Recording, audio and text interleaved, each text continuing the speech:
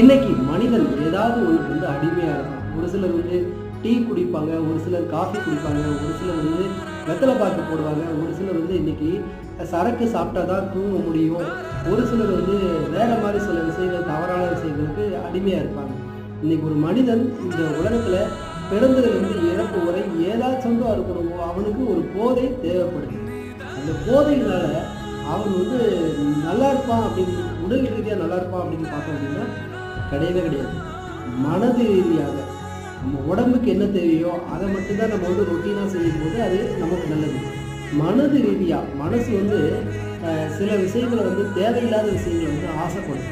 அந்த விஷயங்களெல்லாம் ஆசைப்படுது, மனசு ஆசைப்படுதுன்னு சொல்லி நம்ம இதெல்லாம் செய்ய ஆரம்பித்தோம் அப்படின்னா அந்த கெட்ட பழக்கத்துலேருந்து நம்ம வந்து வெளியே வரவே முடியாது. மனசு சொல்கிறத என்னைக்கு கேட்காதீங்க. இங்கே என்ன சொல்லுதோ அதை கேட்டு நடந்தீங்கன்னா தான் உங்கள்